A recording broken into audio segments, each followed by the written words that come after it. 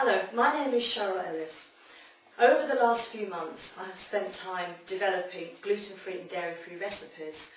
Today I'm going to show you how to make small cakes. To start with, I have a Pyrex bowl, and in that we have the fat and the sugar. We're going to cream this now for about 5 minutes. So we're going to start by creaming together the fat and the sugar. But you have to be patient when you're doing this. It normally will take about 5 minutes. Now what we're doing in the beating process is incorporating the air, and it is the air that goes in at this stage that will enable the cakes to rise. Now an awful lot of people tend to cut the time down when they're doing this, and that's often why cakes don't rise. Now also when you're mixing, you need to scrape down at regular intervals. Now what I'm doing is bringing the mixture from the outside of the bowl into the middle, and that makes sure that the mixture is evenly beaten.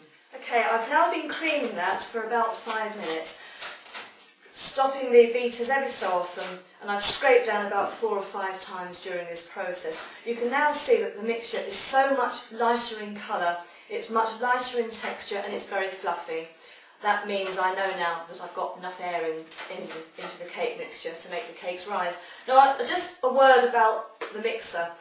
I have tried this recipe with very heavy machinery, which is designed for making cakes, and I have to say I found it too powerful, particularly when you're using dairy-free fats, which don't tend to hold their shape very easily, and they tend to liquefy. The cake doesn't rise as much. So this is the method I find produces the best results every time, and it's reliable. Okay, let me just show you the mixture. You can see how very pale that is now. Very light and fluffy. And at that stage you know that the mixture is ready to start taking the eggs. So we eggs one at a time,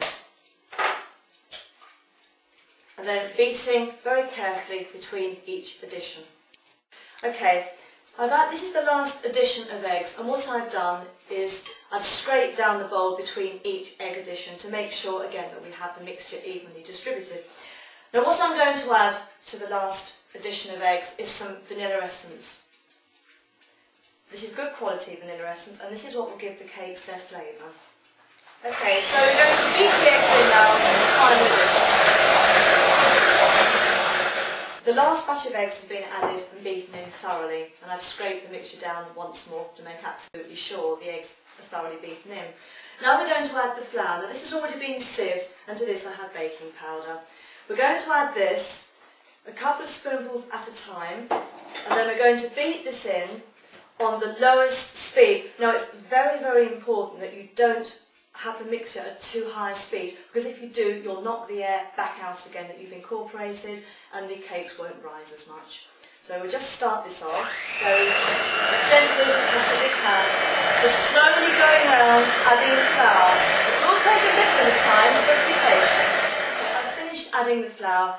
I've had a final scrape round and a final mix, and you can see now the mixture is lovely and creamy.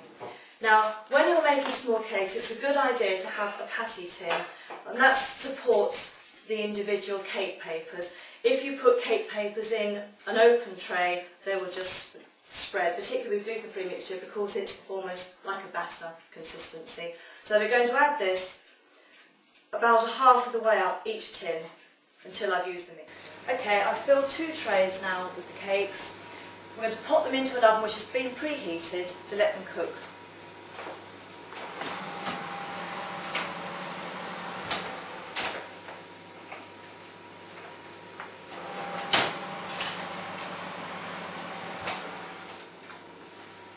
And there we have it, gluten-free, dairy-free cupcakes.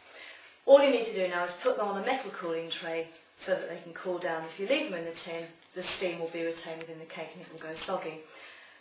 For this recipe and many other delicious gluten-free and dairy-free recipes, please go to www.allergydiet.co.uk.